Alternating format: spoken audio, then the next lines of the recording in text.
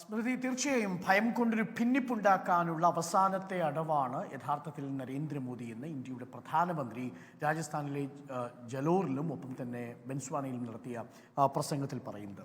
ഒരു ജനാധിപത്യ രാജ്യത്ത് ജീവിക്കുന്ന പൗരൻ എന്ന നിലയിൽ നമ്മുടെയൊക്കെ ശിരസ് ലജ്ജിച്ച് തല താഴ്ത്തേണ്ട ഒരു പ്രസംഗമായിരുന്നു എന്നാണ് എനിക്ക് തോന്നുന്നത്. എന്തുകൊണ്ടെന്നാൽ ഇതിൽ രണ്ട് പ്രധാനപ്പെട്ട കാര്യങ്ങളുണ്ട്. ഒന്ന്, പറഞ്ഞത് പൂർണ്ണമായും വസ്തുതാവിരുദ്ധമാണ്. രണ്ട്, അങ്ങേയറ്റം വംശീയവുമാണ്. ഞാൻ ഇത് രണ്ടും എങ്ങനെയാണ് എന്നുള്ളത് വിശദീകരിക്കാം. ഈ പ്രസംഗത്തിൽ പറയുന്ന ഭാഗങ്ങൾ എങ്ങനെയാണ് വസ്തുതാവിരുദ്ധമാകുന്നതെന്ന് നോക്കൂ.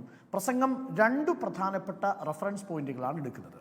ഒന്ന്, നേരത്തെ സ്മൃതി സൂചിപ്പിച്ചതുപോലെ 2006 ഡിസംബറിൽ ദേശീയ വികസന കൗൺസിൽ, നാഷണൽ ഡെവലപ്മെൻറ്റ് കൗൺസിൽ എന്ന് പറയുന്ന ഇന്ത്യയിലെ സംസ്ഥാനത്തെ മുഖ്യമന്ത്രിമാരുടെയും കേന്ദ്ര സർക്കാരിൻ്റെയും കൂടി രണ്ടുപേരും കൂടി ഒരു ഫെഡറൽ സ്ഥാപനമാണ്. ആ ഫെഡറൽ സ്ഥാപനത്തിൽ എടുക്കുന്ന തീരുമാനങ്ങളാണ് പിന്നീട് അന്ന് പ്ലാനിംഗ് കമ്മീഷനിലേക്ക് നയങ്ങളായി പോകേണ്ടത്. അപ്പോൾ ഒരു ഫെഡറൽ തത്വങ്ങളെ ആധാരമാക്കി ഇന്ത്യയിൽ പ്രവർത്തിച്ചിരുന്ന നാഷണൽ ഡെവലപ്മെൻറ്റ് കൗൺസിലിൻ്റെ യോഗത്തിൽ മൻമോഹൻ സിംഗ് എന്ന ഇന്ത്യയുടെ പ്രധാനമന്ത്രി പറഞ്ഞ കാര്യങ്ങളെ എങ്ങനെയാണ് വളച്ചൊടിച്ചിരിക്കുന്നത് എന്ന് നോക്കൂ. പ്രസംഗം പറയുന്നത് ഇങ്ങനെയാണ്. അതായത് നരേന്ദ്രമോദിയുടെ പ്രസംഗം പറയുന്നു, മുൻപ് അവരുടെ സർക്കാർ ഉണ്ടായിരുന്ന സമയത്ത് അവർ പറഞ്ഞിരുന്നത്, എന്നാൽ എന്ന് പറഞ്ഞാൽ 2006 മൻമോഹൻ സിംഗ് പറഞ്ഞിരുന്നത്, രാജ്യത്തെ സമ്പത്തിന്മേൽ പ്രഥമ അവകാശം മുസ്ലിങ്ങൾക്കാണ് എന്നാണ്. എന്നാൽ യഥാർത്ഥത്തിൽ എന്താണ് മൻമോഹൻ സിംഗ് 2006 ഡിസംബർ മാസം നാഷണൽ ഡെവലപ്മെൻറ്റ് കൗൺസിൽ നടത്തിയ പ്രസംഗത്തിൽ പറയുന്ന പ്രസംഗം ഇങ്ങനെയാണ്: I believe our collective priorities are clear എന്ന് പറഞ്ഞുകൊണ്ടാണ് ആ പ്രസംഗം തുടങ്ങുന്നത്. നമ്മളുടെ രാജ്യത്തിൻ്റെ മൊത്തം വിഭവങ്ങൾ വിതരണം ചെയ്യുന്നതിനെക്കുറിച്ചുള്ള നമ്മളുടെ പരിഗണനാ മേഖലകൾ ഏതൊക്കെയാണ് എന്ന കാര്യത്തിൽ എനിക്ക് സംശയമില്ല. അഗ്രികൾച്ചർ, കൃഷി, irrigation and water resources, health, education, critical investment in rural infrastructure എന്നൊക്കെ പറഞ്ഞ് ഈ അടിസ്ഥാന സൗകര്യങ്ങളുടെ വികസനത്തോടൊപ്പം with programs for the upliftment of SC/ST. നോക്കൂ, ആദ്യ പരിഗണന SC/ST-യുടെ അപ്ലിഫ്റ്റ്മെന്റിന് വേണ്ടുന്ന പ്രോഗ്രാമുകൾ. അതർ ബാക്ക്വേർഡ് ക്ലാസസ്, OBC വിഭാഗത്തിൽപ്പെട്ടവർ, രണ്ടിലും കൂടുതലുള്ളത് ഹിന്ദുക്കളാണ് എന്നത് നമ്മൾ ഓർമ്മിക്കണം. മൈനോറിറ്റീസ്, മൂന്നാമത്തെ വിഭാഗമാണ് minorities. And women and children, കൂടാതെ സ്ത്രീകളും കുട്ടികളും. സ്ത്രീകൾ, കുട്ടികൾ, ന്യൂനപക്ഷ വിഭാഗത്തിൽപ്പെട്ടവർ, OBC വിഭാഗത്തിൽപ്പെട്ടവർ, SC/ST വിഭാഗത്തിൽപ്പെട്ടവർ എന്നിവരുടെ അപ്ലിഫ്റ്റ്മെന്റ് അടക്കം, ഒപ്പം കൃഷി, ഇറിഗേഷൻ, ഇതടക്കമുള്ള അടിസ്ഥാന സൗകര്യ വികസനത്തിലൂന്നിയുള്ള പ്രയോറിറ്റിയാണ് ഈ സർക്കാരിൻ്റേത് എന്നാണ് നാഷണൽ ഡെവലപ്മെൻറ്റ് കൗൺസിലിൽ മൻമോഹൻ സിംഗ് നടത്തിയ പ്രസംഗം. ആ പ്രസംഗം എന്നിട്ട് പറയുന്നത് ഇങ്ങനെയാണ്. ആ വിവാദമായ ഭാഗം വരുന്നത് ഇവിടെയാണ്. The component plans for scheduled caste and scheduled tribes will need to be revitalized.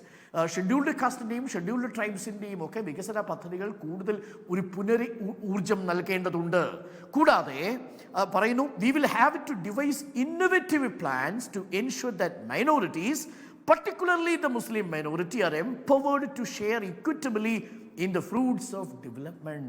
വികസനത്തിൻ്റെ നീതിപൂർവമായിട്ടുള്ള വിതരണം, തുല്യമായിട്ടുള്ള വിതരണം ഉറപ്പാക്കാൻ വേണ്ടി മൈനോറിറ്റീസിന്, SC/STക്ക്, OBCക്ക്, വിമണിന്, ചിൽഡ്രന്, ഈ കാറ്റഗറിയെ സൂചിപ്പിച്ചുകൊണ്ട് പറയുന്നു.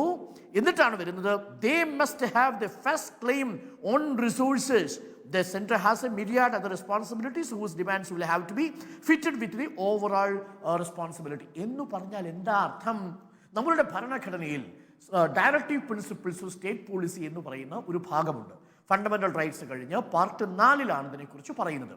നമ്മളുടെ വെൽത്ത് എങ്ങനെയാണ് ഡിസ്ട്രിബ്യൂട്ട് ചെയ്യേണ്ടത് എന്നതിനെക്കുറിച്ച് വളരെ കൃത്യമായി പരാമർശിക്കുന്ന മാർഗനിർദ്ദേശക തത്വങ്ങളിൽ ഈ പറയുന്ന മൈനോറിറ്റീസ്, ഈ പറയുന്ന SC/ST, ഈ പറയുന്ന വിമൻ, ഈ പറയുന്ന ചിൽഡ്രൻ, അവർക്ക് വിഭവങ്ങൾ തുല്യമായി വിതരണം ചെയ്യേണ്ടത് ഈ സർക്കാരിൻ്റെ, സ്റ്റേറ്റിൻ്റെ ബാധ്യതയാണ് എന്ന് ഓർമ്മിപ്പിക്കുമ്പോൾ, അതാണ് ഇന്ത്യയുടെ പ്രധാനമന്ത്രി നാഷണൽ ഡെവലപ്മെൻറ്റ് കൗൺസിലിൽ പാർശ്വവൽക്കരിക്കപ്പെട്ട ദുർബലരായ വിഭാഗങ്ങൾക്ക് അവർക്ക് ഈ രാജ്യത്തിൻ്റെ വിഭവത്തിൽ പ്രാഥമികമായ ഒരു പരിഗണന ലഭിക്കേണ്ടതുണ്ട് എന്ന് പറയുന്നതിനെയാണ് അവിടെ നിന്നും അടർത്തി മാറ്റി SC/ST ഇല്ലാതെ, OBC ഇല്ലാതെ, വിമണിനെ ഇല്ലാതെ, ചിൽഡ്രനെ ഇല്ലാതെ, അതിൽ മൈനോറിറ്റീസിൽ തന്നെ മുസ്ലിംസിനെ മാത്രം അടർത്തിയെടുത്തി വസ്തുതാവിരുദ്ധമായ ഒരു പ്രസ്താവന ഇന്ത്യയുടെ പ്രധാനമന്ത്രി നടത്തിയിരിക്കുന്നത്. ഇതെങ്ങനെയാണ് വംശീയമായി തീരുന്നത്? വംശീയമായി തീരുന്നത് രണ്ടാമത്തെ ഘട്ടത്തിൽ അദ്ദേഹം പറയുന്നു. അവിടുത്തെ റെഫറൻസ് പോയിന്റ് എന്ന് പറയുന്നത് ഇപ്പോൾ ഇന്ത്യൻ നാഷണൽ കോൺഗ്രസ് പുറത്തിറക്കിയിരിക്കുന്ന പ്രകടന പത്രികയാണ്. ആ പ്രകടന പത്രികയിൽ പറയുന്നു, ഇന്ത്യൻ നാഷണൽ കോൺഗ്രസ് അല്ലെങ്കിൽ ഇന്ത്യ മുന്നണി അധികാരത്തിൽ വരികയാണെങ്കിൽ ഒരു ആവശ്യം വേണ്ടുന്ന നയങ്ങളിൽ വ്യത്യാസം വരുത്തും. ഏതു നയത്തിലാണ് വ്യത്യാസം വരുത്തുക? സാമ്പത്തിക സംവരണം ജാതി സംവരണത്തിനു പുറമേ നടപ്പാക്കുമെന്നും അങ്ങനെ സാമ്പത്തിക സംവരണത്തിലൂടെ വ്യക്തികൾ തമ്മിലുള്ള സാമ്പത്തിക അസമത്വം കുറയ്ക്കുമെന്നുമാണ് ഇന്ത്യൻ നാഷണൽ കോൺഗ്രസിന്റെ പ്രകടന പത്രികയിൽ പറയുന്നത്. അതാണ് ഇന്ത്യയുടെ ഭരണഘടനയിലെ മാർഗനിർദ്ദേശക തത്വങ്ങൾ നമ്മളോട് ആവശ്യപ്പെടുന്നത്.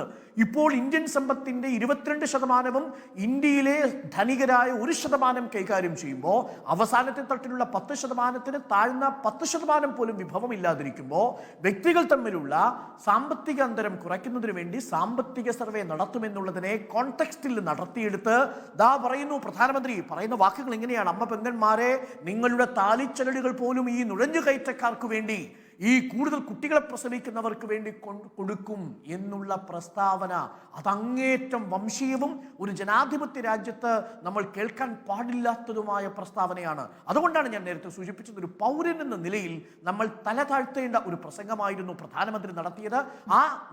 പ്രധാനമന്ത്രി നടത്തിയ പ്രസംഗത്തിനെതിരെ തെരഞ്ഞെടുപ്പ് കമ്മീഷൻ കടുത്ത നിശബ്ദത പുലർത്തുന്നു എന്നതാണ് ഒരു പ്രധാനപ്പെട്ട കുറ്റകൃത്യം. രണ്ടാമത്തത്, അതിൽ പരാതി നൽകിയിട്ടും ആ പരാതി പോലീസ് സ്റ്റേഷനിൽ സ്വീകരിക്കാൻ പോലും തയ്യാറാകുന്നില്ല. ഇനി ഒരു കണക്ക് കൂടി ഞാൻ പറയാം. എന്താണ്? കൂടുതൽ സ്ത്രീ പെറ്റുകൂട്ടുന്നവരാണോ ഈ മുസ്ലിം വിഭാഗത്തിൽപ്പെട്ടവര്? അങ്ങനെയല്ല.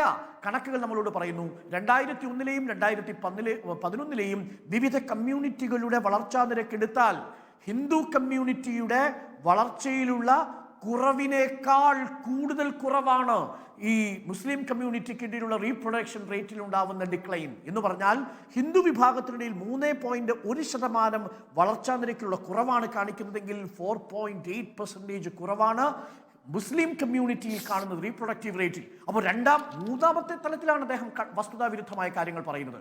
ഇത് കൂടാതെ നമ്മളുടെ മുന്നിൽ നേരത്തെ സ്മൃതി സൂചിപ്പിച്ചതുപോലെ 2005-ൽ നിലവിൽ വന്ന് 2006-ൽ പാർലമെന്റിൽ അവതരിപ്പിച്ച രജീന്ദ്ര സച്ചാർ കമ്മിറ്റി റിപ്പോർട്ടുണ്ട്. ആ രജീന്ദ്ര സച്ചാർ കമ്മിറ്റി റിപ്പോർട്ടിൽ പറയുന്ന വളരെ പ്രസക്തമായ ചില ഭാഗങ്ങളുണ്ട്, നമ്മൾ മറന്നുപോകാൻ പാടില്ലാത്തതാണ്. ഒരു സാധാരണ OBC വിഭാഗത്തിൽപ്പെട്ടയാളും മുസ്ലിം OBC വിഭാഗത്തിൽപ്പെട്ടയാളും തമ്മിൽ സാമ്പത്തികമായി താരതമ്യം ചെയ്താൽ മുസ്ലിം OBC വിഭാഗത്തിൽപ്പെട്ടവർ പല ആക്സസിന്റെ മീറ്ററുകളിലും പാരാമീറ്ററുകളിലും പിന്നോക്കം നിൽക്കുന്നു. 25% വരുന്ന മുസ്ലിം കമ്മ്യൂണിറ്റിയിലെ വിഭാഗങ്ങൾക്ക് 6 മുതൽ 14 വയസ്സ് വരെയുള്ള വിദ്യാർത്ഥികൾ ഒന്നുകിൽ ഡ്രോപ്പ് ഔട്ട് ആവുകയോ സ്കൂളുകളിൽ ചേരാൻ കഴിയാത്ത സാഹചര്യം ഉണ്ടാവുകയോ ചെയ്യുന്നു. മുസ്ലിം വിഭാഗങ്ങൾ തിങ്ങിപ്പാർക്കുന്ന സ്ഥലങ്ങളിൽ വേണ്ടത്ര അപ്രോച്ച് റോഡുകളോ വിളക്കുകളോ ഉണ്ടാവാത്ത അവസ്ഥയുണ്ടാവുന്നു. ആ കമ്മ്യൂണിറ്റി പൊതുമേഖലാ സ്ഥാപനങ്ങളിലും കേന്ദ്ര സർവീസിലും പിന്തള്ളപ്പെടുന്നു. IAS-ൽ 3%, IPS-ൽ 4%, IFS-ൽ 1.8%, റെയിൽവേ സർവീസിൽ 4.5%, അതിൽ തന്നെ 98% താഴ്ന്ന വിഭാഗത്തിൽപ്പെട്ടത് എന്ന് പറയുമ്പോൾ മുസ്ലിം കമ്മ്യൂണിറ്റി അനുഭവിക്കുന്ന സാമ്പത്തികമായ പിന്നോക്കാവസ്ഥ പരിഹരിക്കുന്നതിന് വേണ്ടി സച്ചാർ കമ്മിറ്റി റിപ്പോർട്ട് കൊണ്ടുവന്നതിന് തൊട്ടു പിന്നാലെ അത് സംസ്ഥാനത്തിലെ മുഖ്യമന്ത്രിമാരുമായി ചർച്ച ചെയ്യുന്ന national development council Manmohan Singh നടത്തിയ സാമൂഹിക നീതിയിലൂടെ വിതരണം ചെയ്യേണ്ടതാണ് ഇന്ത്യയുടെ വിഭവം എന്ന് പറയുന്ന ആശയത്തെ ആ കോണ്ടെക്സ്റ്റിൽ നടത്തിയെടുത്ത് എത്രമാത്രം മലീമസമായ മനസ്സോടുകൂടിയാണ് ഇന്ത്യയുടെ പ്രധാനമന്ത്രി അവതരിപ്പിച്ചത്. അതുകൊണ്ടാണ് ഞാൻ പറഞ്ഞത്, ഇത് ഭയത്തിൽ നിന്ന് വരുന്ന അങ്ങേയറ്റം ദുഷിച്ച ഒരു ഭിന്നിപ്പിന്റെ ശബ്ദമാണ് നമ്മൾ കേട്ടത്. നുഴഞ്ഞുകയറ്റക്കാരല്ല ഇന്ത്യയിലെ മുസ്ലിങ്ങൾ, അവർ കൂടുതൽ പെറ്റുകൂട്ടുന്നവരുമല്ല, അവർ ഈ സമൂഹത്തിൽ പിന്നോക്കം നിന്ന് പോയൊരു വിഭാഗത്തിന്റെ പ്രാതിനിധ്യമുള്ളവരാണ്. അവരെ ഉയർത്തുക എന്നുള്ളത് ഒരു അഫർമേറ്റീവ് ആക്ഷന്റെ നീതിപൂർവമായിട്ടുള്ള സമ്പത്തിന്റെ വിതരണത്തിന്റെ പ്രയോറിറ്റി നിശ്ചയിക്കപ്പെടുമ്പോൾ അവർ മറന്നുപോകാൻ പാടില്ലാത്തതാണ്. അതിനെയാണ് ഇത്രയും മോശമായ വംശീയമായ രീതിയിൽ അധിക്ഷേപിച്ചിരിക്കുന്നത്. ഈ തിരഞ്ഞെടുപ്പ് സീസണിൽ നമ്മൾ കണ്ട ഏറ്റവും വംശീയമായ പ്രസ്താവനയായി ഒരുപക്ഷെ പ്രധാനമന്ത്രി നരേന്ദ്രമോദിയുടെ പ്രസ്താവനയെ നമുക്ക് കണക്കാക്കേണ്ടിയിരിക്കുന്നു. ലോകരാജ്യത്തിന് മുന്നിൽ ഒരു പൗരൻ എന്ന നിലയിൽ ശിരസ് കുനിഞ്ഞു പോകുന്ന ഒരു പ്രസംഗം തന്നെയാണെന്ന കാര്യത്തിൽ സംശയമില്ല.